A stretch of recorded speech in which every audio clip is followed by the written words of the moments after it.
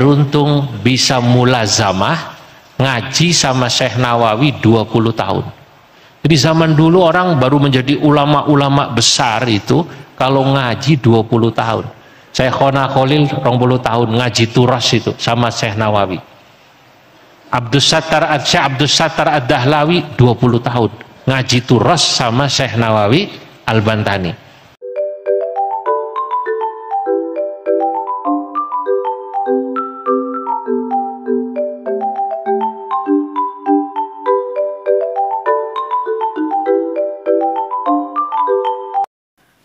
Seperti kebiasaan saya kalau lagi galau gitu, kalau tidak galau lagi gembira, itu saya bersenandung. Kali ini saya bersenandung gembira tentang saya merasa bangga kumpul dengan masyayikh NU. Wa idza nahattu ma'asyuyukhi fa innani abghil falaha ma'alladzina afadu. Insyaallah. Masyaallah.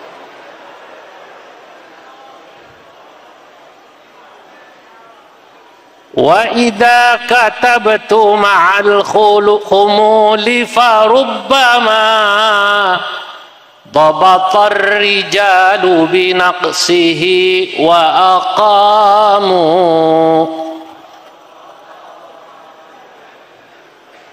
وإذا أجزت مع القصور فإنني أرجو التشبه بالذين أجازوا السابقين إلى الحقيقة منهجا سبقوا إلى غرف الجنان ففازوا فبكى الزمان بفقدهم ما أورثوا تبعا وفكرا تبعا مناهجهم وفكرا يكفحوا.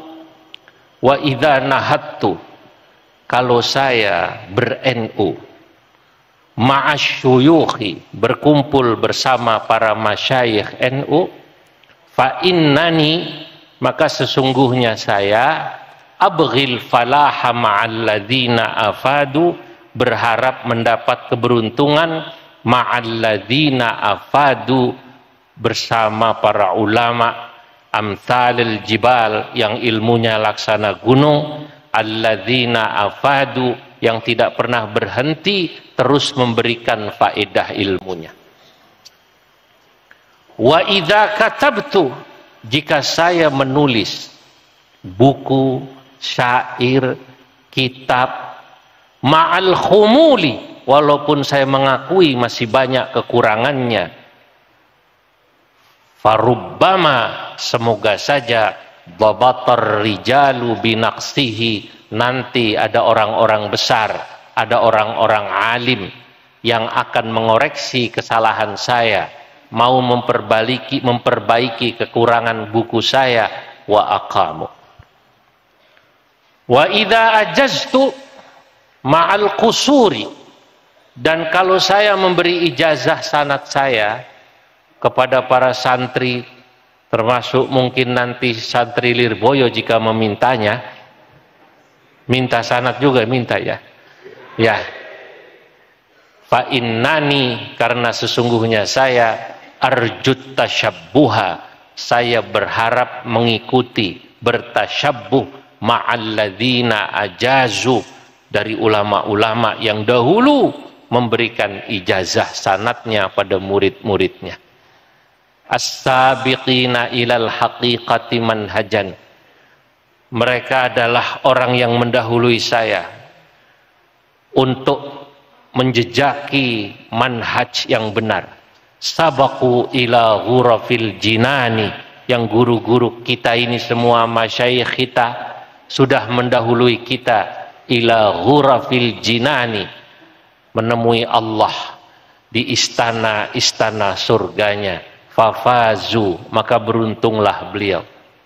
Fabakaz zamanu, maka menangislah zaman, bifaqdihim, sebab wafatnya beliau-beliau, ma'aurathu, selama tidak mewariskan tabaan para pelanjut dan pengikut, manahijahum, yang melanjutkan manhaj dan pemikiran ulama ini, wa fikran, dan pemikirannya yakfahu, yang terus mereka perjuangkan.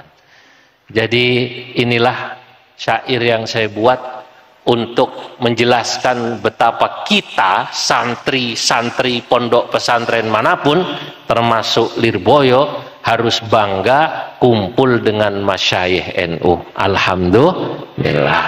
Nah ini, saudara-saudara hadirin yang dimuliakan Allah, atas permintaan sinten wau niku Menteri Perhubungan yang menjemput saya di bandara itu tadi, Bapak Ainul Yakin, ya, itu jabatannya Pak Ainul Yakin ini Menteri Perhubungan gitu ya. Ya, katanya sebelum kita mulai saya diminta menjelaskan sanad keilmuan saya.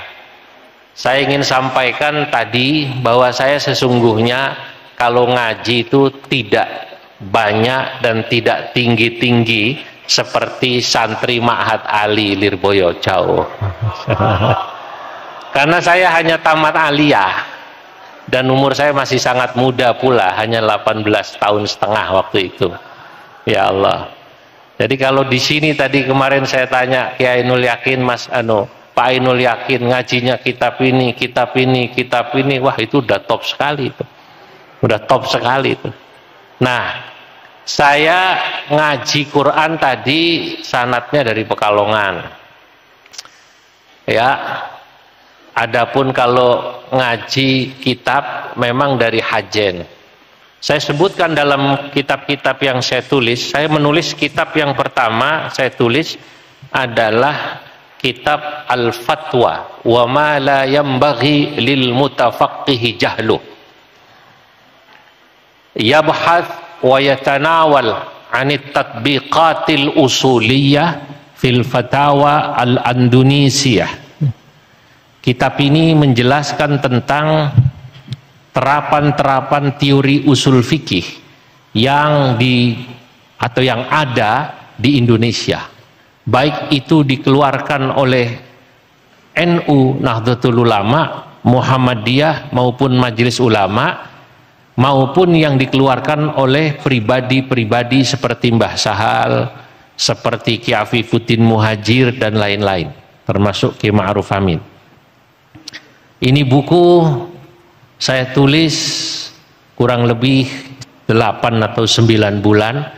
Hasil saya belajar di PBNU selama 10 atau 11 tahun. Jadi yang saya saksikan, saya lihat, semua saya tulis di sini. Ya. Lalu yang kedua saya menulis kitab kecil. Ini sebenarnya ini dulu untuk ada namanya mahasiswa PKU, Pendidikan Kader Ulama di MUI Jakarta. Ya, semacam buku mata kuliah wajib gitu. Saya tulis sebuah kitab mungkin hanya 100 halaman, kecil. Saya beri judul Diqqatul Qannas, ya, ketelitian para pemburu dalil fi fahmi kalamil Imam Asy-Syafi'i, innal ahkama la tu'khadhu illa min nas au hamlin 'alan nas. Lalu yang ketiga kitab ini saya harus menulis, ya, kitab ini saya beri nama yang ketiga Tuhfatul Qasi Waddani fi tarjamati Syekh Muhammad Nawawi Al-Bantani. Saya tulis kitab ini kurang lebih 4 bulan, ya 3 bulan setengah itu. Kitab ini saya tulis bercerita tentang kakek buyut saya, Syekh Nawawi Al-Bantani.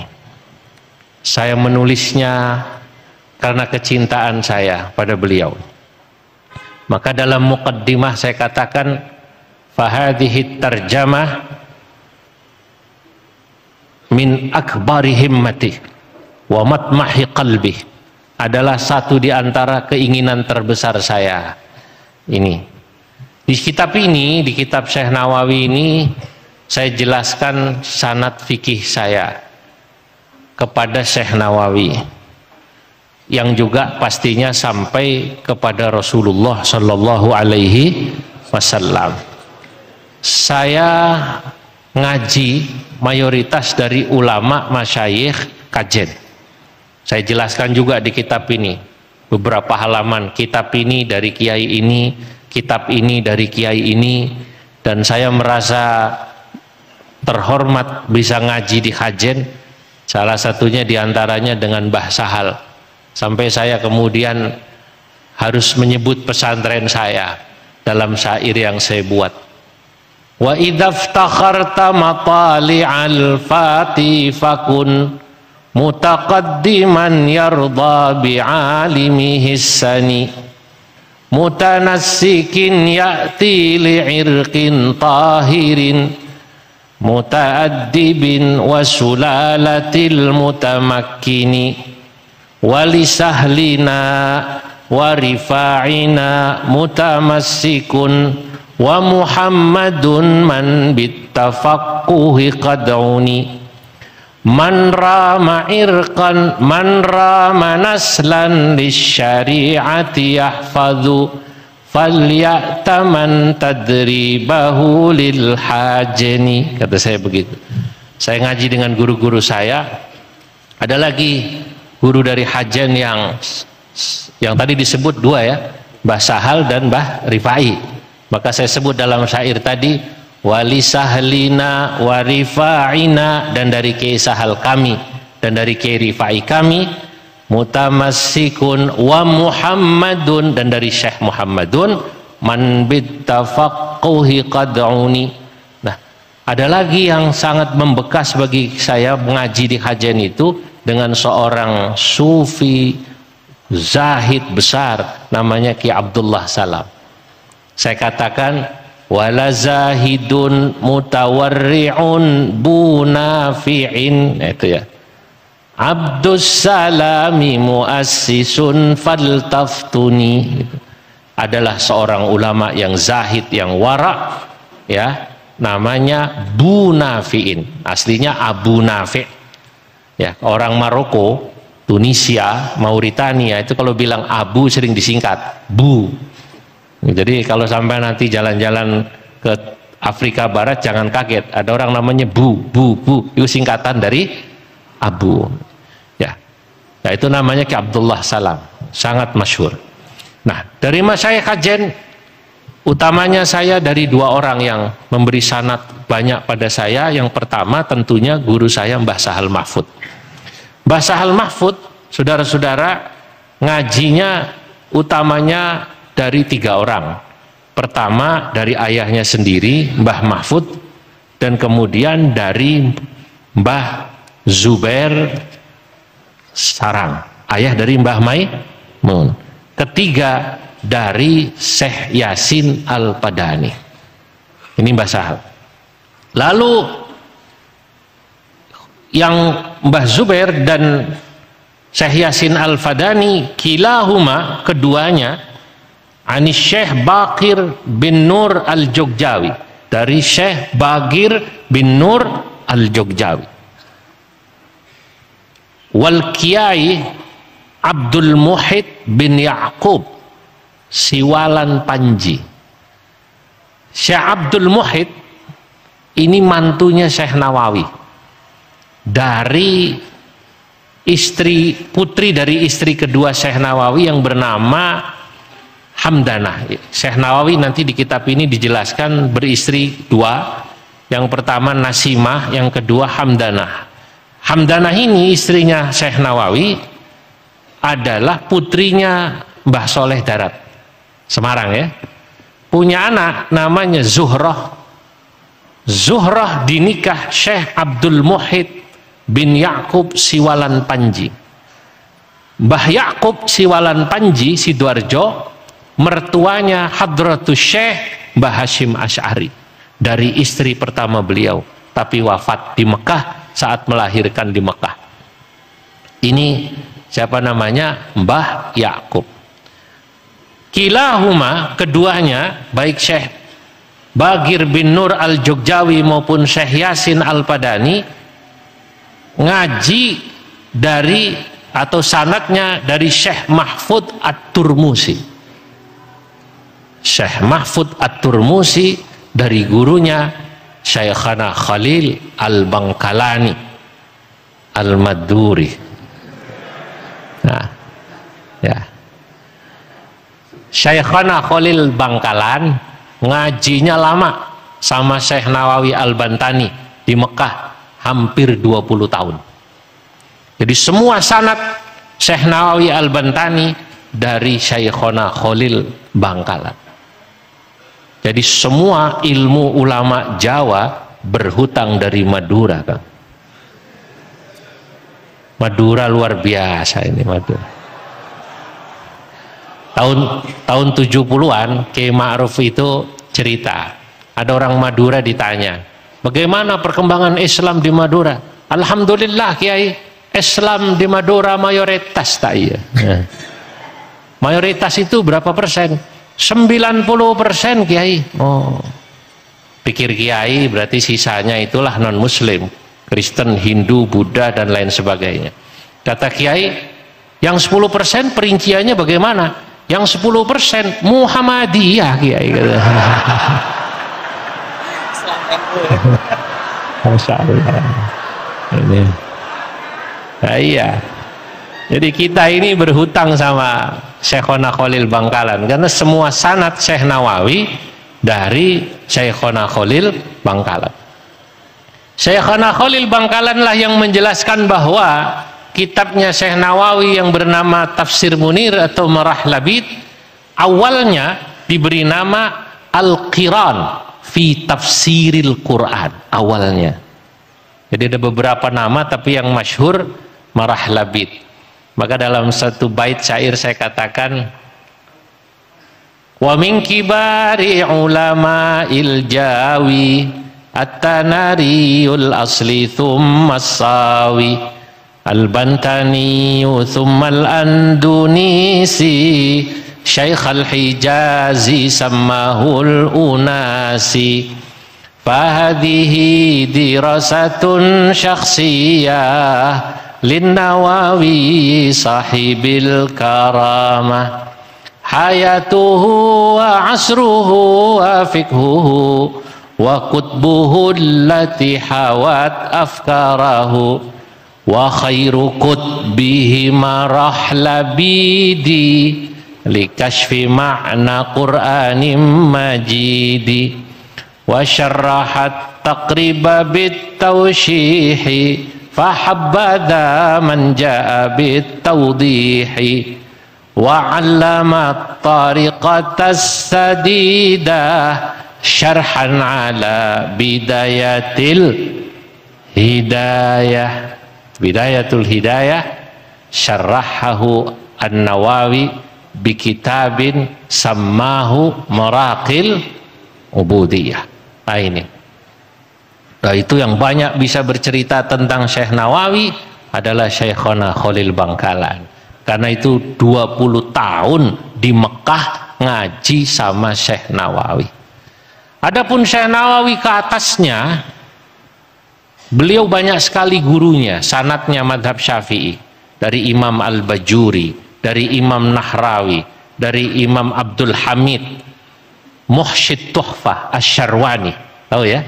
Syarwani ala Tuhfah itu gurunya Syekh Nawawi. Bayangkan kita ini di Ma'had Ali bacanya membaca kitab Syarwani. Syekh Nawawi ngaji sama muallifnya. Masya Allah. Syekh Nawawi ngaji sama muallifnya. Maka saya katakan Syekh Nawawi itu gurunya. Fasyaikhuhu waliduhu sahlun wa ma Abdul Hamidi lil kathiri muttaba' wa Yusuful awwalu sundawiyu. Ada orang Sunda di sini ada ya? وسنبلاوين وذا مصري وأرشد الطريقة الخطيب السنباسي من له يذيب فالنحراوي ثم شيخ البماوي والدمياطي والجنيد البتاوي ومفتي مكة زيني دحلانا وفي البتاوي سيد عثمان وللإعانة شط البكري والمجتبى أقرنه الشذي وصالح بصالح darat مترجم التفسير للكارتيني R.A. Kartini للكارتيني الفائقة التأثير. Ini guru dan temannya Syekh Nawawi tadi. Muridnya lah ini sampai Madura, ya. Syekhus syuyukhi lil adidil kurama yabruzu ba'dahu kibarul ulama Fattarmasiyyu wal khalilu dhul athar wa asnawiyyu man bihi jullu atabar min caringina wa minal qudusi Abdul Qadiri sahibud durusi. Panjang dah ini syairnya, ya, sampai sore ini berarti kan baca kitab itu. Nah itu sanadnya Syekh Nawawi dalam mazhab Maliki. Yang unik, menarik, ini sayang ini salah bawa ini kalau cetakan yang terbaru saya jelaskan bahwa Syekh Nawawi itu sanad fikih syafi'inya itu lengkap. Antariqi al-Imam Ibn Hajar al-Haytami wa antariqi al-Imam ar-Ramli. Beliau itu ya lewat jalurnya Imam Ibnu Hajar dan juga lewat jalurnya siapa? Imam Ramli. Lengkap itu. Naik ke atas lengkap. Antariqi al-Imam An-Nawawi, ya, atau antariqil Khurasaniyin wa antariqi al-Iraqiyin. Baik lewat ulama Irak maupun lewat ulama mana? Khurasan. Nah, itu sampai ke atas. Nah, Kiai Ainul Yakin ini karena cerita sanad pasti panjang. Sudah berapa menit ini saya bicara ini ya. Nah, itu singkatnya ke atas nanti sampai kepada Imam Syafi'i. Imam Syafi'i naik ke atas sampai Kanjeng Nabi Muhammad sallallahu alaihi wasallam. Dan saya kalau tadi diminta sanad, sebenarnya saya ingin mengutip apa yang disampaikan oleh Syekh Nawawi Al-Bantani kepada muridnya dari India.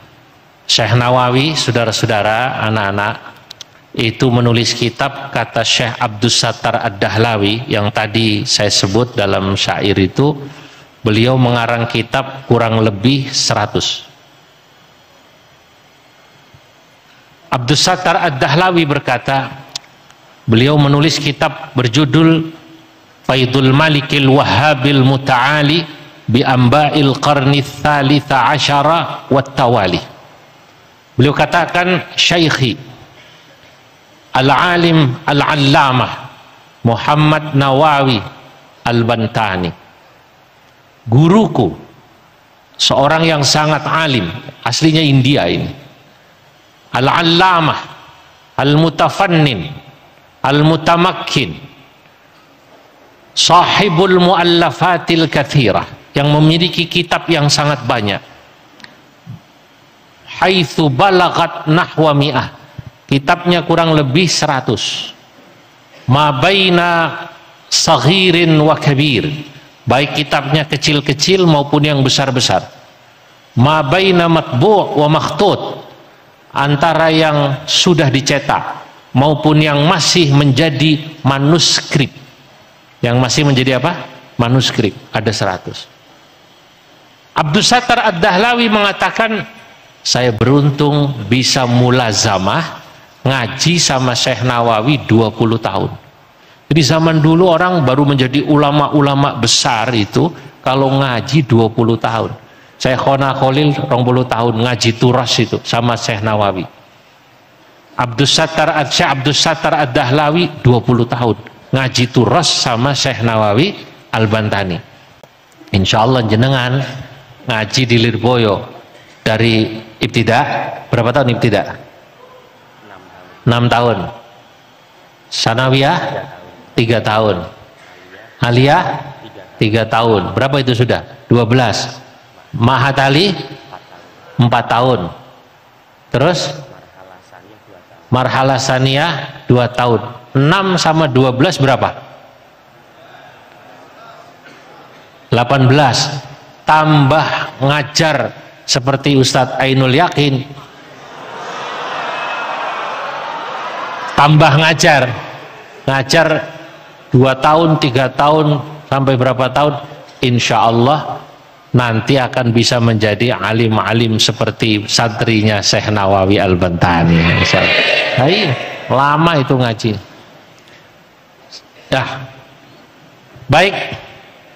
Sekarang saya ingin melanjutkan pada tema kita, peran turas atau kutubut turas dalam membangun kebangsaan. Jadi ijazah saya sudah saya berikan sanad saya. Saudara-saudara, saya ingin menyampaikan bahwa pertama, kutubut turas itu tidak pernah bisa dipisahkan dari lembaga yang bernama pesantren. Karena memang pesantren inilah mungkin lembaga yang paling concern terhadap kutubut turas.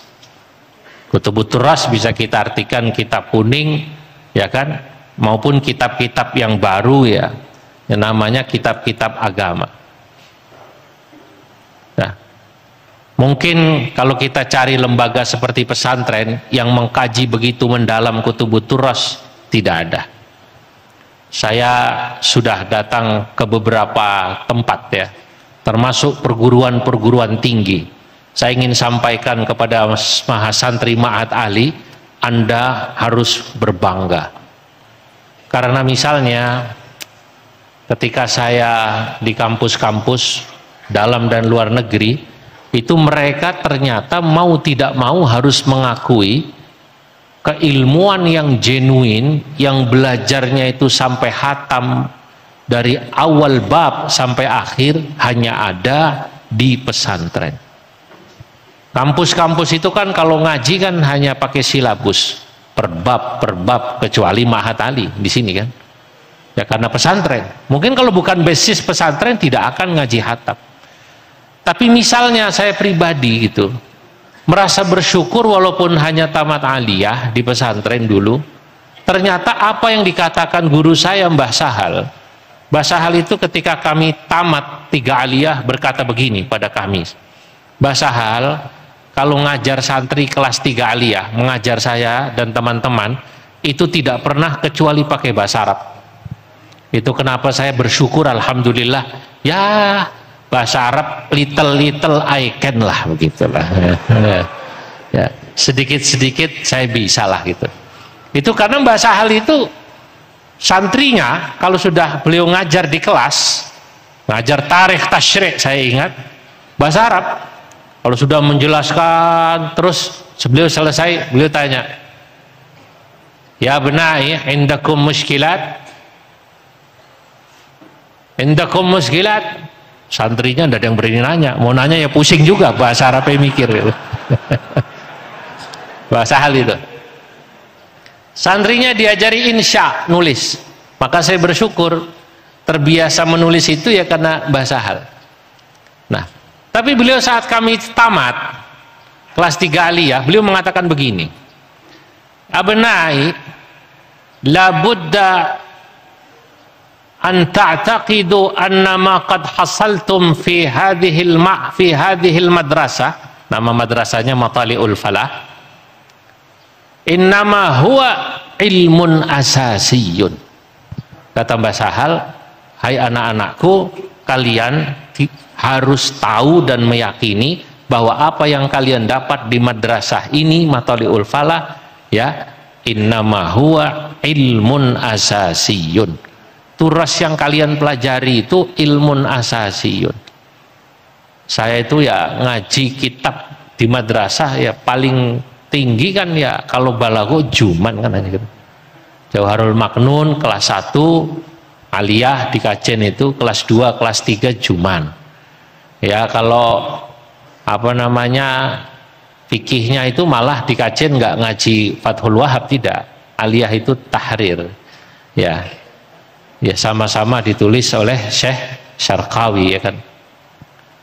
Beliau katakan innama huwa ilmun asasiyun. Ini ilmu dasar. Tapi awas kata Mbah Sahal, semua apapun mau tidak mau butuh terhadap asas dasar itu. Karena dasar itu pondasi.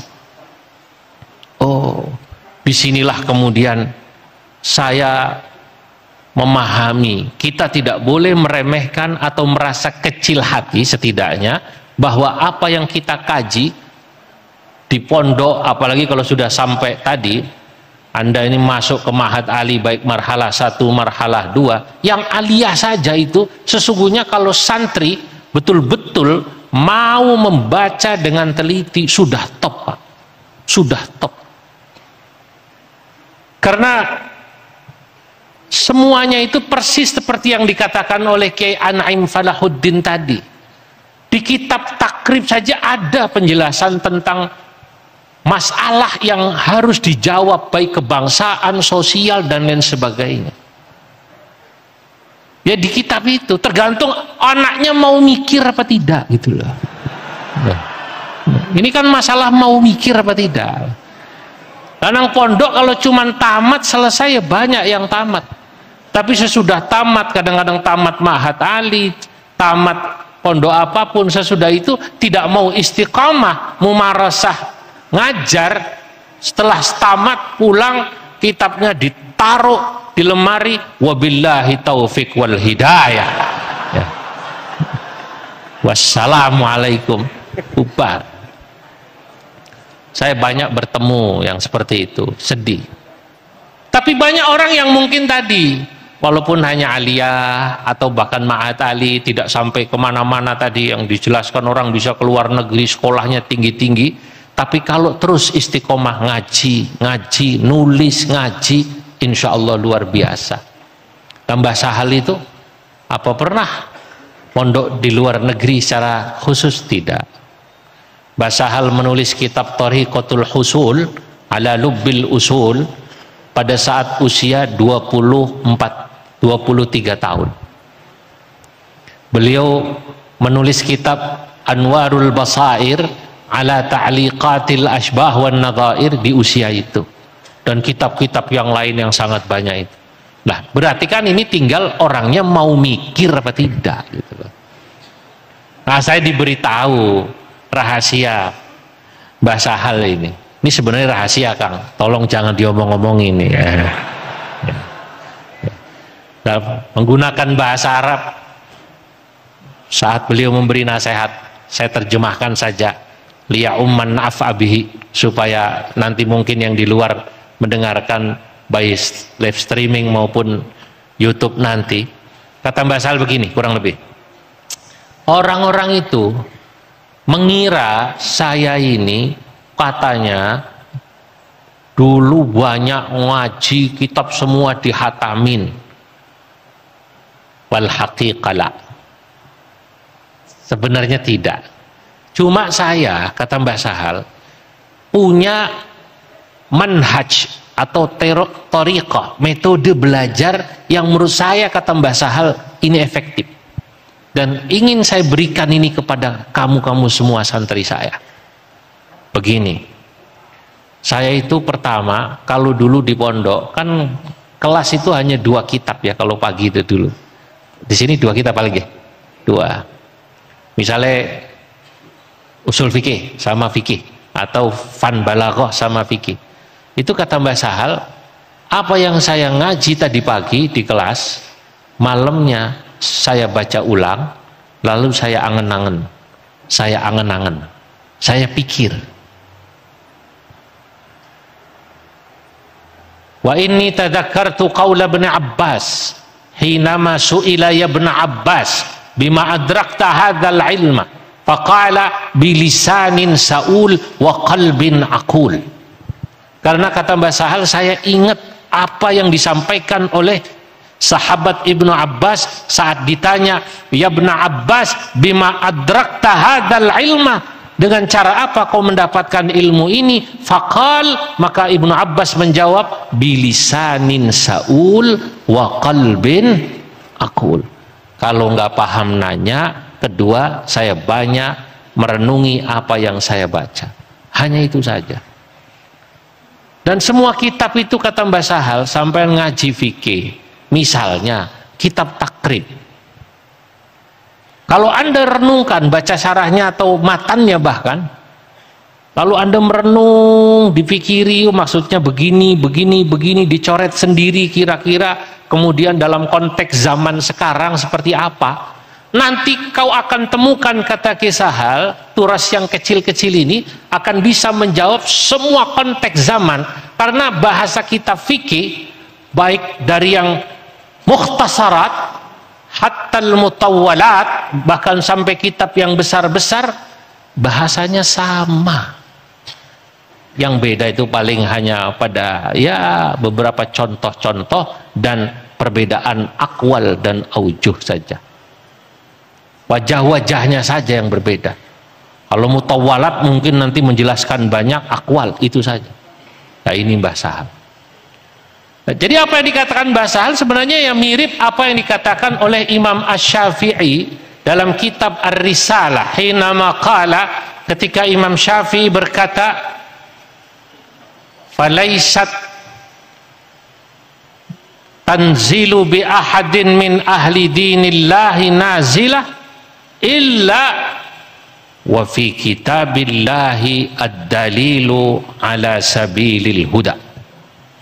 Kata Imam Syafi'i dalam kitab Ar-Risalah, tidaklah ada satu fenomena nazilah, permasalahan umat yang turun, kecuali semuanya pada hakikatnya sudah ada jawabannya dalam nas kitabillah wal hadis. Tinggal kemudian kita bisa menjawabnya menggunakan metode istimbat bayani atau kiasi atau maqasidi. Maqasidi ini istilah yang baru diputuskan oleh NU ya. Ya, yang dulu ulama menyebutnya istislahi. Semuanya ada. Dan juga ada dalam kitab-kitab turas yang tadi disampaikan oleh Kiai An'im Falahuddin Mahrus. PBNU misalnya itu kadang menjawab masalah-masalah kebangsaan itu ngutip kaulnya Syekh Nawawi dalam kitab Tausyah Nihayatuz Zain, saya lupa itu, yang sangat terkenal kalau nggak salah, Nihayatuz Zain.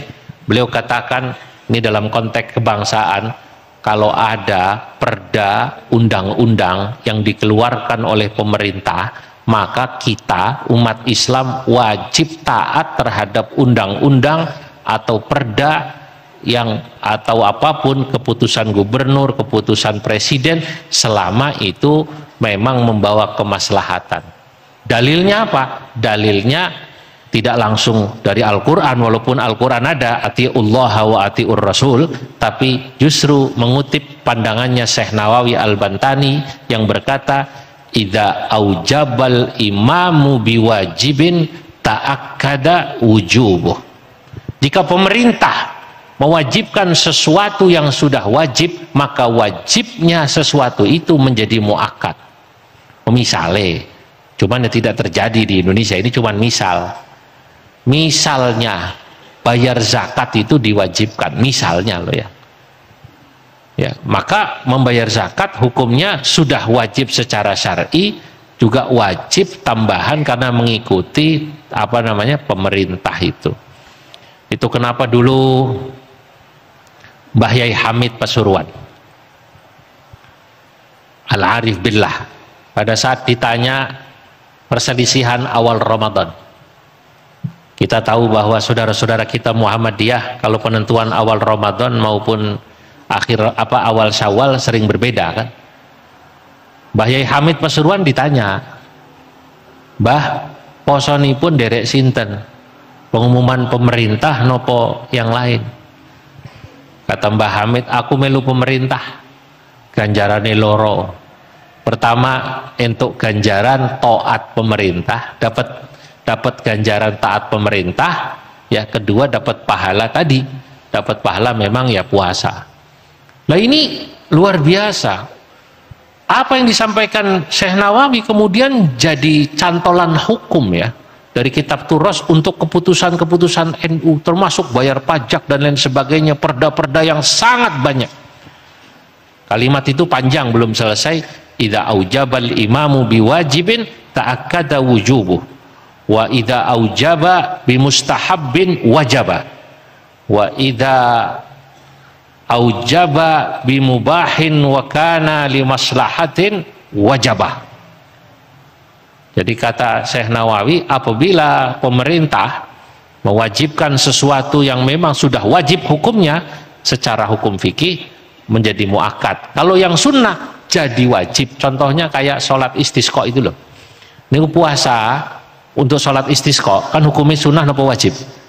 Sunnah. Tapi kalau pemerintah misalnya mewajibkan, itu wajib kata Syekh Nawawi. Nah, karena taat imam itu. Baru yang ketiga, bahkan andai kata pemerintah mewajibkan yang mubah jadi wajib juga. Ini Turas menjawab semua ya, sebagai landasan NU pakai ini. Nah, kenapa ya menarik ini? Kenapa kok kata Imam Syafi'i tadi nas bisa menjawab semua nazilah? Lah karena Al-Quran itu menarik. Al-Quran itu saudara-saudara tidak pernah bertambah ayatnya. Nas tidak pernah bertambah. An-nususu tatanaha, kan begitu kan? Wal hawadits la tatanaha. Atau dalam bahasa lain para ulama sering mengatakan an-nususu mahdudah. Wal hawadits wal waqa'i wan nawazil ghairu mahdudah. Nas terbatas, tidak pernah bertambah, tapi kemudian nazilah terus ada, tidak pernah berhenti. Nah, tapi yang menarik kata Imam Syafi'i dalam Ar-Risalah tadi, falaisat tanzilu min ahli dinillahi nazilah illa wa fi kitabillahi ta'ala ad-dalilu ala sabilil huda. Setiap masalah ada dalilnya dalam nas. Kenapa begitu? Karena nas kita, Quran hadis niku yang menarik, apalagi nanti aqwal ulama datang dengan 4 model. Coba kita perhatikan sing ngaji usul fikih. Nas itu datang dalam 4 model. Pertama, nas itu datang dalam bentuk ta'tin nusus bisuratihal juz'iyah. Nas itu datang dalam bentuk yang juz'iyah, yang menjelaskan hukum-hukum tertentu kayak wajib sholat, wajib poso, kan nasnya juz'iyah. Tapi nanti yang kedua, nas itu ada juga yang datang dalam bentuk qawaid kulliyah, yang menjelaskan qawaid yang nanti akan jadi kaidah-kaidah fikih yang kita hafalkan itu, kayak ayat yang bunyinya yuridullahu bikumul yusra wa la yuridu bikumul usra la darara wa la dirar, yang nanti kemudian adalah kaidah akhafud dararain dan lain sebagainya. Ini semua cantolannya ya dari nas tadi. Di kitab Turas itu ada cantolannya. Nah, kesimpulannya, sampean kalau perhatikan ya, nanti kalau kita ngaji usul fikih, itu mau istishab, mau istihsan, mau maslahah mursalah, mau al-istiqra, mau syar'u man qablana, mau uruf, semuanya pasti ada cantolan dalil dari nas Quran maupun hadis, imma baik itu ala bisuratiha ala bisurati al-qawaidil kulliyah atau bisuratihal ammah. Kadang-kadang Quran turun dalam bentuk yang umum yang menjelaskan hujjah-hujjah dari dalil tadi. Nah, maka menarik. Nah, bahkan ada juga nas itu yang turunnya dalam bentuk menjelaskan maqasidus syariah. seperti keadilan, hifdzun nafas dan lain sebagainya, ya. Dan ini kalau kemudian kita kaji, itu akan menjadi jawaban dari semua permasalahan kehidupan kita, termasuk masalah-masalah kebangsaan. Nah, alhamdulillah, ya, alhamdulillah kita ini ngaji turas dari ulama-ulama kita yang memang memiliki otoritas yang luar biasa dalam menjelaskan. Saya tadi malam sempat ngobrol dengan Sowan, ya, dengan Mbah Yai Anwar Iskandar. Ketika bercerita tentang Syekh Nawawi, beliau bilang, kata Mbah Yai Anwar Iskandar, saya itu kalau membaca kitab-kitabnya Syekh Nawawi Al-Bantani, katanya, saya perhatikan itu kitab-kitabnya Syekh Nawawi Al-Bantani sebagai kitab turas, itu adalah kitab yang sudah difilter. Oh, ini memang sudah difilter untuk menjadi kitab rujukan. Karena Anda lihat itu, Martin van Brusnen, seorang peneliti barat yang alhamdulillah masuk Islam, itu pernah meneliti bahwa kitab-kitabnya Syekh Nawawi Al-Bantani menjadi kitab rujukan utama di seluruh pesantren Indonesia. Dan dalam catatan Martin, ketika dia keliling dari mulai Aceh sampai timur sana, itu ternyata kurang lebih ada 22 atau 23 yang menjadi kitab wajib di seluruh pesantren. Itu kitabnya Syekh Nawawi dari yang tadi saya katakan 100. Kata Mbah Yai Anwar Iskandar, itu kok saya lihat kitabnya sudah difilter menjadi kitab madhab ahlus sunnah wal jamaah yang kemudian menjadi manhaj NU. Kalau saya matur pada Mbah Anwar Iskandar, memang betul Mbah, saya juga memperhatikan begitu. Kenapa bisa demikian? Nah, ini jawabannya. Karena Syekh Nawawi Al-Bantani baru menulis ketika usianya 43 tahun. Saya mau cerita, Mbah Syekh Nawawi itu ngaji dari kecil sama kita, turas. Berangkat ke Mekah usia 15 tahun. 2 tahun atau 3 tahun balik lagi ke Indonesia, berangkat lagi ke Mekah sampai akhir hayatnya wafat. Beliau ngaji lama sekali, dari umur 15 tahun, bayangkan sampai hampir umur 45 tahun. Berapa tuh berarti? 30 ya? 30 tahun hampir. Nah, niku baru Syekh Nawawi menulis kitab. Jadi 30 tahun inilah masa di mana beliau menginternalisasikan, ya, ilmu yang didapat, lalu kemudian difilter yang kemudian akan menjadi kitab-kitab wajib bagi kita semua. Itu sudah difilter. Kalau saya baca kitabnya Syekh Yasin Al-Padani, dan saya temukan dalam kitabnya Syekh Yasin Al-Padani ini menarik. Saya temukan bahwa Mbah Syekh Nawawi itu ngaji kitabnya Syekh Muhammad bin Abdul Wahab, pendiri madhab Wahabi. Ya. Tapi jangan salah, beliau ngaji dengan seorang guru yang gurunya ini murid langsung Syekh Muhammad bin Abdul Wahab. Saya mikir lama, loh kok kenapa kok Syekh Nawawi walaupun tidak cocok sama Wahabi kok ngaji kitabnya Syekh Muhammad bin Abdul Wahab? Ya supaya tahu pemikirannya utuh, sehingga kemudian bisa memfilter pemikiran ini tidak benar, pemikiran ini tidak benar. Seperti syair yang terkenal itu di dalam kitab Ihya, araftu syarra la li syarri walakin li tawaqqihi wa man la ya'rifu syarra waqa'a fihi. Araftu syarra, jika saya mempelajari sesuatu yang jelek, la li syarri, bukan untuk mengerjakan sesuatu yang jelek itu, walakin li tawaqqihi, tapi agar saya menghindari keburukan itu. Wa man la ya'rifu syarra waqa'a fihi. Nah ini, Niku kenapa Mbah Sahal dulu ditanya sama muridnya, boleh apa tidak kami baca kitabnya Imam Ibnu Taimiyah. Itu kan sudah saya jelaskan dalam beberapa ngaji saya ya. Apa jawaban Mbah Sahal? La mani, kenapa tidak? Khudh ma safa wada' ma kadar. Ambil yang jernih, tinggalkan yang tidak jernih.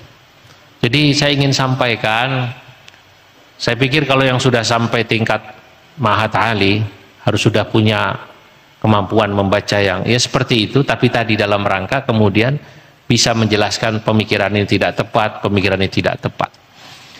Nah, berikutnya saya ingin sampaikan juga, kalau kita beruntung itu guru-guru kita otoritatif, karena beliau-beliau itu dengan kitab turasnya menjelaskan cara beragama dengan tepat.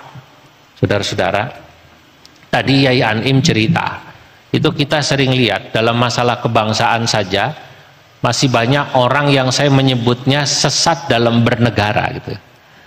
Sesat dalam berbangsa bernegara karena menganggap misalnya NKRI dan Pancasila ini buatan kafir, kan begitu kan, kemarin yang terbaru, tidak Islami.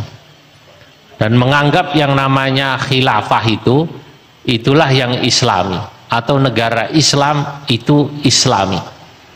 Nah, ini contoh orang yang pasti ketika belajar dia tidak dari kutub turas yang kuat. Kalau dia belajar dari ulama yang kutub turasnya kuat, dia akan tahu dan bisa membedakan satu, mana yang qat'i, mana yang dhanni. Ini masalah dhanniyah. Mana yang wilayah ibadat, mana yang wilayah adat atau muamalat. Politik termasuk bab model negara itu adalah wilayah muamalah. Al-muamalatu talqun, dan kita tahu bahwa yang namanya muamalah itu bebas, atau al-aslu fil muamalah al-ibahah. Yang penting yang kita lihat adalah isinya, Pak, bukan namanya. Jangan seperti orang-orang Nasrani Bani Taglib. Dulu ada Nasrani Bani Taglib. Nasrani Bani Taglib menolak bayar jizyah kepada Kanjeng Nabi kalau atas nama jizyah. Tapi kalau atas nama sedekah berapapun mau bayar. Nah, berarti hum qaumun radu ya abau al makna waradu bil ism. Ya, mereka cuman memperhatikan nama, wadah, tapi tidak melihat isi. Kita misalnya, alhamdulillah, karena belajarnya dari ulama-ulama yang jelas mengajarkan pada kita mana yang qat'i, mana yang dhanni, mana wilayah ibadah, mana wilayah muamalah, sehingga kita dalam menjawab masalah-masalah kebangsaan kita bisa menjawab dengan tepat. NU pelopor ulama kita sejak zaman didirikan oleh muassis terkait hal ini. Pertama, kita tahu ya, yang tadi disampaikan Yai Anim itu fatwa resolusi jihad. Kedua, kalau bicara tentang kebangsaan, NU banyak sekali andilnya pada bangsa ini, dan semuanya itu dasarnya kutubut turas, termasuk gelar pada Bung Karno yang sampai saat ini terus disampaikan oleh misalnya Bu Mega, itu selalu berkata kami berhutang pada Nahdlatul Ulama yang telah memberi gelar pada bapak saya Waliul Amri Ad-Daruri Bisyaukati. Itu semuanya dasarnya kutubut turas ya. Sebab Mbah Wahab waktu itu sangat tahu Bung Karno sangat kuat. Kita tahu kalau ada satu kemaslahatan dihadapkan pada madarratan, maka didahulukan menolak namanya apa namanya? Madarrat daripada mengambil maslahat. Dan itu semua dari kutubut turas. Nah, terakhir ini masih panjang ya, cuman saya sudah mulai kelelahan juga ini. Ya, sebenarnya masih banyak yang ingin saya sampaikan, tapi saya mulai kelelahan. Ya, karena tadi diminta memberi ijazah itu jadi kelamaan. Ya, terakhir itu yang kemarin diputuskan pada muktamar Munas di Banjar ya tahun 2018 ya, NU itu ya berani mengatakan bahwa dalam konteks fiqhul muwatanah ya, dalam konteks fiqhul muwatanah maka kita harus merubah paradigma berpikir kita, karena memang nilai-nilai dan dunia juga berubah ya. Dalam konteks negara bangsa, ad-daulah al-wataniyah wad-daulah al-qaumiyah, tidak layak dan tidak pantas kita menyebut orang non-muslim di Indonesia dengan sebutan kafir. Kenapa? Ya karena mereka punya hak dan kewajiban yang sama. Apa yang ada sekarang tidak bisa Anda samakan dengan apa yang di kitab-kitab Turas itu. Konteksnya berbeda. Di kitab Turas dulu ada istilah kafir dhimmi, kafir musta'man, kafir mu'ahad. Itu karena konteksnya Islam datang menang. Mereka dalam posisi di bawah. Dalam konteks Indonesia tidak bisa digunakan. La mu'ahadan wala musta'manan wala dhimmiyan. Nah disinilah yang perlu santri mikir. Jangan kemudian melihat Turas, kita kafir dhimmi pak sebutannya. Konteksnya sudah berbeda. Ulama-ulama Indonesia ini, terutama ulama NU itu kan menurut saya punya dua kelebihan utama yang harus kita pelajari. Mbah Maimun Zubair itu mengatakan kelebihan ulama Jawa itu apa? Satu, selain sanad adalah kemampuan mereka mengkontekstualisasikan nilai-nilai yang ada dalam nas maupun kutubut Turas dengan keadaan zamannya. Oke, dhisik ngono ya, dhisik saiki kondisinya berbeda. Itu juga yang dikatakan oleh Syekh Nawawi dalam kitab Nihayatuz Zain ketika beliau mengutip pendapat Imam Ibnu Ajil Al-Yamani. Apakah sekarang wajib ta'mimul asnaf ats-tsamaniyah, memberikan zakat kepada kelompok 8 secara rata? Beliau katakan tidak. Kenapa? Konteksnya sudah berbeda, zamannya sudah berbeda, sehingga kemudian kata Imam Ibnu Ajil Al-Yamani, "Lau kana Syafi'iyyu hayyan la afta bidzalik." Sekarang berbeda. Dulu betul Imam Syafi'i bilang wajib ta'mimul asnaf ats-tsamaniyah. Sekarang sudah tidak wajib lagi. Kenapa? Konteksnya berbeda. Cari 8 asnaf lu saiki angel Kang. Maka tidak wajib lagi. Sampai kemudian beliau berkata, "Lau kana Syafi'i hayyan la afta bidzalik." Andai kata Imam Syafi'i masih hidup, maka pasti Imam Syafi'i akan berfatwa yang sama seperti sekarang. Nah inilah karenanya jangan jadi orang yang jumud, kaku dalam memahami Turas. Mohon maaf,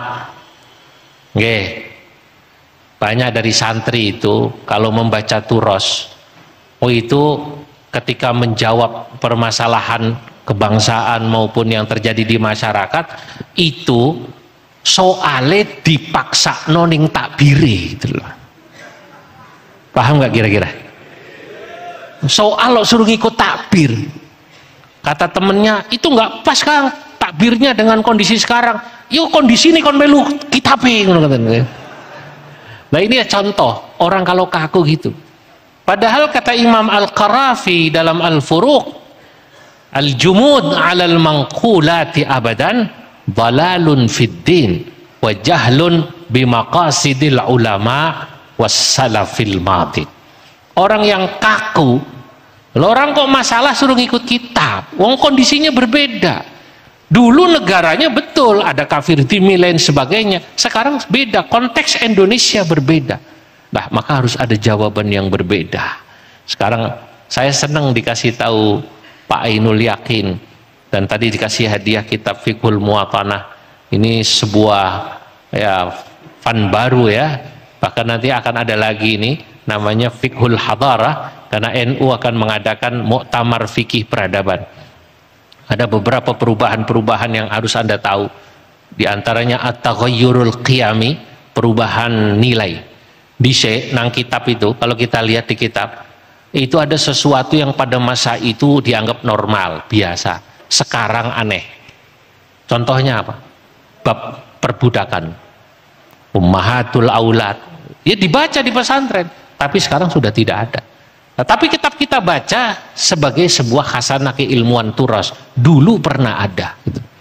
Tapi nilai-nilai berubah. Dulu perempuan keluar rumah tabu.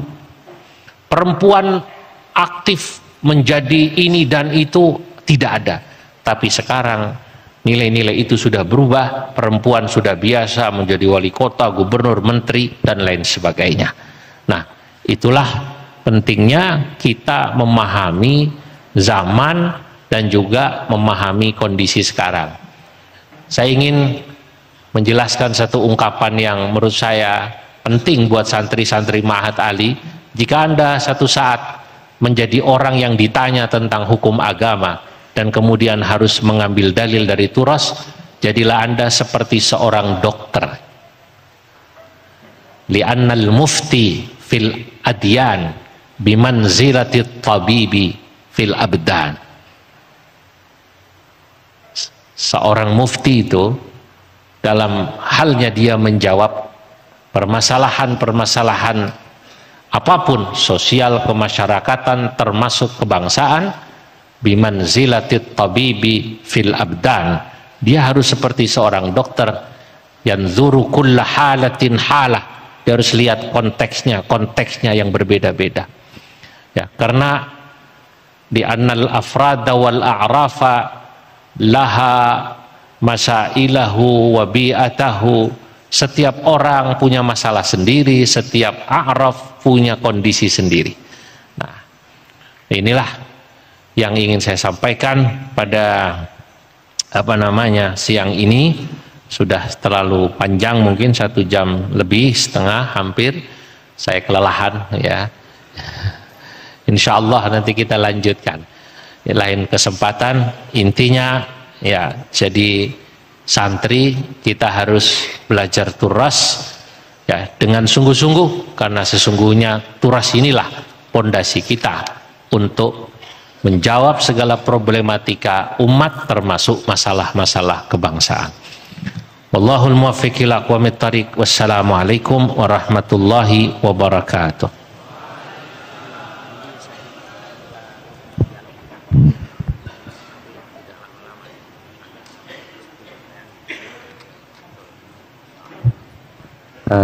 Baik, terima kasih dari pemateri yang disampaikan dari tadi. Karena memang beliau kondisinya agak kecapean, saya angkat 2 pertanyaan mawon dengan singkat agar bisa langsung dijawab oleh beliau.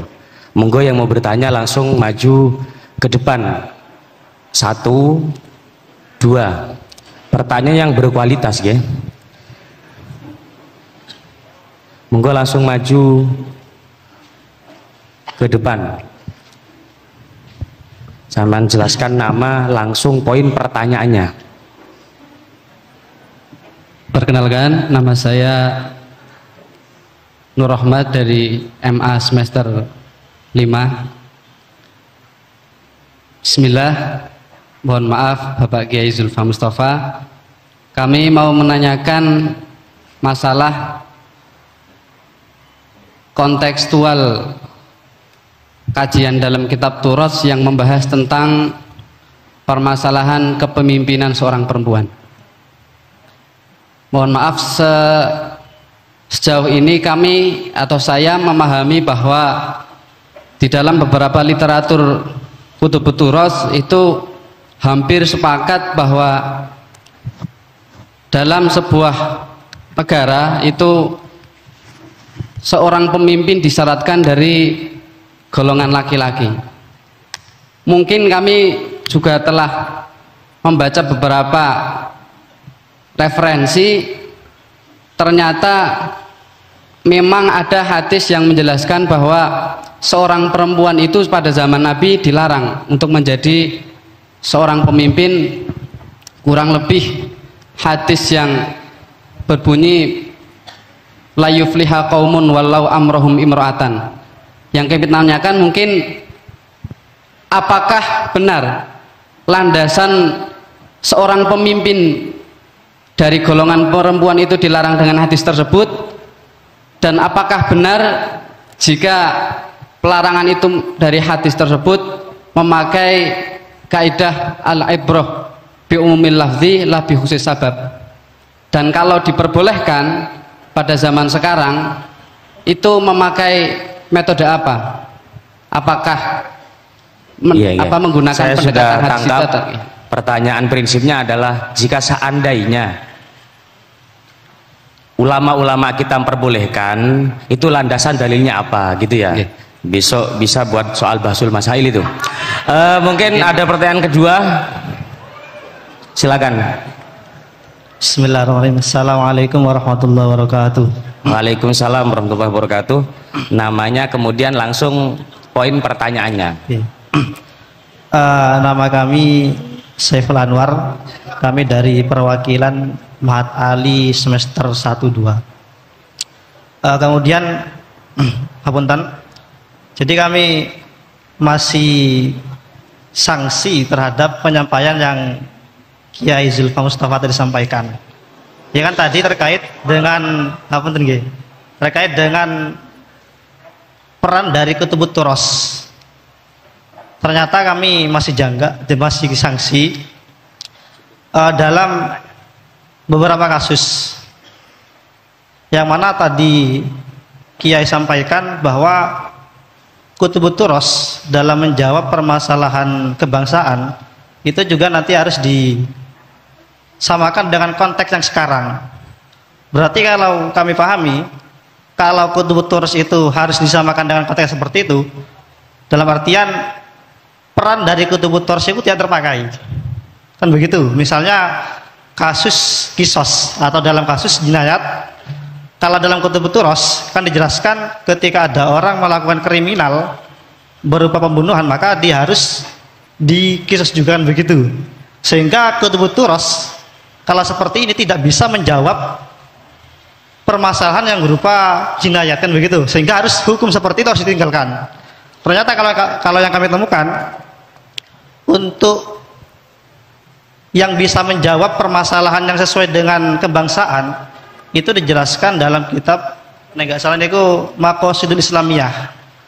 Maqasidul Islamiyah, di situ jelas bahwa dalam Maqasidul Islamiyah beliau menjelaskan dalam permasalahan jinayat dalam artian yang tadi hukum kisos itu masalah hifdzun nafsinya, nah itu tidak khusus kepada keturunan tadi. Jadi beliau itu memandang hifdzun nafsi itu kalau bisa dilakukan tanpa harus membunuh, baik ya, itu nanti harus dilakukan tanpa harus membunuh. Prinsip pertanyaannya saya konfirmasi sebelum Anda ke belakang, saya konfirmasi bahwa jika memang dalam memahami Kutub Turos itu perlu adanya kontekstualisasi, seolah-olah menghilangkan sedikit peran makna Turos itu, karena itu mengalami pergeseran makna, begitu ya. Sehingga yang berperan dalam untuk menjawab permasalahan bangsa itu bukan dari Kutubut Turos, tapi dalam kontekstualisasi itu. Dalam kutub-kutub yang di situ berupa kutub-kutub yang kontemporer. Oh iya. Artinya pertanyaannya saya bisa tangkap bahwa kebutuhan untuk mengkontekstualisasikan teks-teks Turos itu memerlukan upaya lebih, sehingga menurut sebagian termasuk penanya menganggap kalau butuh pemikiran lebih otomatis teksnya nggak berguna, gitu ya. Maksudnya lagi Pak ya, sehingga dari soal itulah ya coba moderator didengarkan dulu maksudnya kan gini, kalau dari Bapak langsung tadi, pertanyaan yang lain kan saya tidak terpakai kan gitu. Jadi konteks dari kisos seharusnya dalam Kutubut Turos itu kalau orang melakukan jinayat harus dikisahkan gitu. Itu bahasa sehingga kan bahasanya begitu, tidak terpakai. Bisa saya tangkap pertanyaan Anda yang sudah sering dibahas di LBM itu. Loh, kalau bisa monggo dijawab. Saya coba dari pertanyaan dua soal itu kita mintakan jawaban dari beliau. Sebetulnya pertama prinsip pertanyaannya itu apakah ketika memaknai salah satu teks yang seolah-olah ini tidak bisa diterapkan di Indonesia, relevansinya seolah-olah tidak ada, seperti di dalam menerapkan kepemimpinan perempuan. Ini model kontekstualisasinya bagaimana? Apakah kemudian kita menerima bahwa ada dalil agama yang melarang perempuan sebagai pemimpin, atau ada upaya-upaya baru untuk mengkontekstualisasikan sebagaimana hadis la yufliha qaumun ila akhir. Kemudian pertanyaan yang kedua juga sama sebetulnya, ketika ada sebagian teks kitab Fathul Qorib seperti bab kisos, seperti bab had, yang kemudian seolah-olah tidak relevan ketika diterapkan, maka perlu yang namanya kontekstualisasi. Sebetulnya penerapan kontekstualisasi itu seperti apa? Yang terakhir, sebetulnya makna pertanyaan tambahan, jika memang upaya yang dilakukan itu adalah kontekstualisasi teks kitab, seolah-olah sebagian teks kitab itu ada yang tidak terpakai, atau semana kisos, had, dan semacam. Bismillahirrahmanirrahim. Saya ingin menjelaskan pertama dari sesuatu yang paling mendasar. Imam Asy-Syaukani dalam kitab Irsyadul Fuhul berkata begini, fa in qila lima lam yaj'alillahu fi syari'ah adillatan qati'ah bal ja'ala mu'dhamaha dhanniyah wa dhalika tawsi'un lil mukallafin. Kalau ada orang bertanya, kata Imam Asy-Syaukani dalam kitab Irsyadul Fuhul, kalau ma fi ma'nahu, kurang lebih tadi itu, ma fi lafzihi, ya kurang lebih begitu, kenapa kok Allah Subhanahu wa taala tidak menjadikan nas-nas dalam syariat itu qat'i, bal ja'ala mu'dhamaha dhanniyah, tapi justru menjadikan mayoritas nas itu dhanni, wa dzalika tawsi'un lil mukallafin. Itu karena sesungguhnya Allah asy-syari' dalam rangka memberikan keluasan bagi kita. Nah, beliau katakan bal ja'ala mu'dhamaha dhanniyah, mayoritas nas itu dhanni. Ya, kita tahu yang qat'i sedikit, ya. Nah, maka pertanyaan-pertanyaan yang tadi ditanyakan itu, ya, mayoritas masuk pada wilayah dhanni. Ya, misalnya tentang kepemimpinan perempuan. Ya. Hadisnya bukan mutawatir. Kan begitu kan? Kan artinya tidak qat'i. Ya. La qat'iyyud dilalah wa la qat'iyyatul wurud. Nah, disitulah kemudian juga karena qat'i, disitulah kemudian masuk beberapa penafsiran-penafsiran. Para ulama itu ketika mengharamkan dan membolehkan, tidak perlu kemudian ada dalil yang lain, ya. Kadang-kadang dari dalil yang sama kan jadi dalil juga. Misalnya orang yang mengatakan bahwa boleh menjadi pemimpin, itu mengatakan ya karena hadis tadi masuk pada wilayah banyak ihtimal. Ad-dalil idza tatarraqa alaihi al-ihtimal la yattajihu ilaihi al-istidlal wa kasahu thawbul ijmal, kan begitu. Sebuah dalil, apakah hadis, apakah satu ayat, kalau di dalamnya mengandung ihtimalat, ini mungkin berarti begini, mungkin berarti begitu, berarti la yattajihu ilaihil istidlal, tak bisa kemudian dijadikan dalil, ya, untuk mengharamkan perempuan menjadi pemimpin. Itu kan tadi penanya bertanya, mana dalilnya yang memperbolehkan perempuan jadi pemimpin? Bagi yang memperbolehkan cukup dia berkata, ya karena hadis tadi ihtimalnya banyak. Maka kembalilah pada hukum asal. Ini karena memang ini wilayah-wilayah bukan ibadat, tapi muamalat, jadi siasat. Di samping juga tentu banyak dalam sejarah-sejarah, misalnya Khalifah Umar bin Khattab menunjuk kepala pasar, siapa namanya itu saya lupa itu ya, seorang perempuan. Nah, saya baru kembali dari Afghanistan sebulan lalu, bertemu dengan ulama-ulama Afghanistan. Masya Allah, Afghanistan, saya di Kabul, ayu-ayu, Masya Allah. Sampai anak diomongi ayu gitu ya, serius ya. Masya Allah, terutama yang pustun-pustun, ayu-ayu tuh. Masya Allah, sing lanang ganteng-ganteng. Nah, Afghanistan itu ya, mereka ketika berdiskusi dengan ulama-ulama, saya datang mewakili PBNU atas nama ulama Indonesia gitu ya.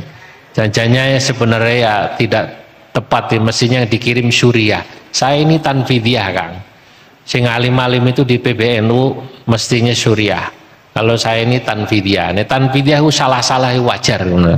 Ya, tanfidiyah itu namanya pelaksana kan, kayak kalau Suriah itu ulama.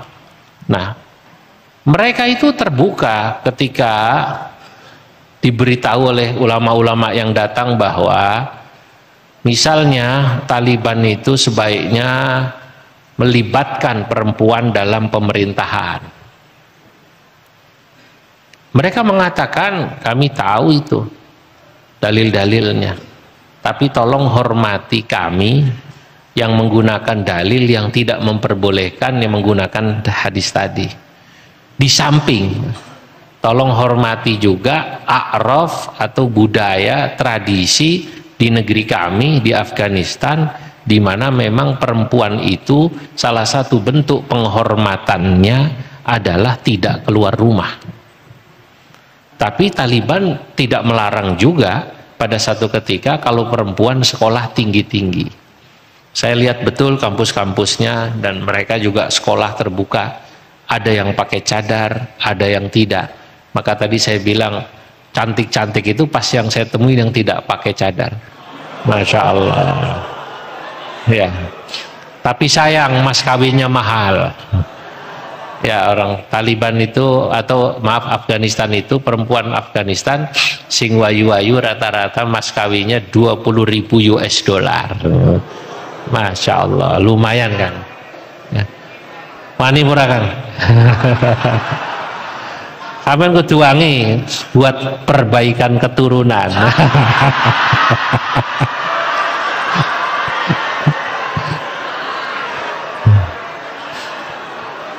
Jadi gitu ya.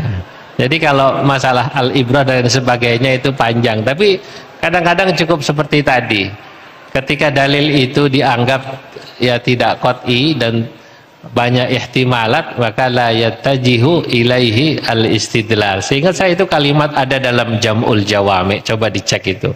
Ad-dalil idza tatarraqa alaihi al-ihtimal la yattajihu ilaihi al-istidlal wa kasahu thawbul ijmal. Nah itu ya. Berikutnya ini terkait kalau kitab kuning harus dikontekstualisasikan, itu berarti kitab kuning tidak punya fungsi dong, gitu kan katanya ya. Enggak begitu, justru kita itu membaca turos kan, kadang-kadang permasalahan yang kita hadapi sekarang ada yang sama persis, sehingga cukuplah dijawab dengan apa yang ada dari kitab turos apa adanya. Itu artinya permasalahan tidak berubah, kan gitu kan. Tapi kadang-kadang memang berubah. Lah fungsinya kita melihat kitab turos, akwal turos, itu justru untuk melihat bagaimana konteks dahulu dan bagaimana konteks sekarang. Nggak usah jauh-jauh. Imam Abu Hanifah itu kadang-kadang fatwanya beberapa tahun yang lalu dengan yang sekarang bisa berbeda. Dulu Imam Abu Hanifah itu memperbolehkan ijaratul mauquf, menyewakan tanah wakaf, menyewakan kebun wakaf. Tapi kemudian Imam Abu Hanifah beberapa tahun berikutnya melarang. Pada saat dikonfirmasi Imam Abu Hanifah, kenapa dahulu memperbolehkan? Padahal sudah ditulis sama muridnya dalam kitab, misalnya gitu. Kan turas dong berarti kan? Tapi kemudian beliau rubah. Ya, kata Imam Abu Hanifah, dulu wong kene orang sini jujur-jujur. Kalau menyewa tanah wakaf dan lain sebagainya, setahun 2 tahun ya dibalikin. Tapi begitu beliau melihat ada perubahan perilaku masyarakat, maka beliau merubah fatwanya. Nah, turas itu ya tak pernah bisa lepas dengan konteks. Jadi nggak perlu kita merasa turas kok nggak bisa dipakai lagi atau ditinggalkan. Tidak, tetap kita baca. Justru kita bisa tahu pada masa itu seperti apa. Istimbatnya kan yang kita lihat alasannya apa kan gitu. Itulah kemudian ada ungkapan yang sangat terkenal, man la madiyalahu la hadiralah. Man la madiyalahu la hadiralah. Wa man la hadiralahu la mustaqbalalah. Barang siapa orang yang tidak bisa merawat turasnya, merawat itu dalam arti memahami, merawat, la hadiralah, maka dia tidak akan pernah punya kemampuan menjawab apa yang terjadi pada masanya di saat ini. Dia tidak akan pernah punya strategi dan ya katakanlah kemampuan dan strategi untuk menyelesaikan permasalahan-permasalahan yang terjadi pada di mana dia hidup saat itu. Hadiralah. Waman la hadiralah la mustaqbalalah. Ini satu ungkapan yang menarik ya. Dan barang siapa orang yang tidak punya peran pada masa kininya, dia tidak akan pernah bisa punya peran lagi pada masa yang akan datang. Intinya turas harus dibaca, dipahami sebagai turas namanya warisan ya, dan itu ada pada kita santri ya. Kedua, kita juga rawat, tapi juga kita harus tadi dengan membaca, merawat, memahami, bisa kemudian menjawab pertanyaan-pertanyaan yang terjadi sekarang untuk masa yang akan datang. Itu saja sebagai quote saya yang terakhir, bagaimana kita harus merawat turas kita sebagai pondasi kehidupan berbangsa dan bernegara. Oke, ini saya minta maaf, lelah sekali saya ini. Assalamualaikum warahmatullahi wabarakatuh.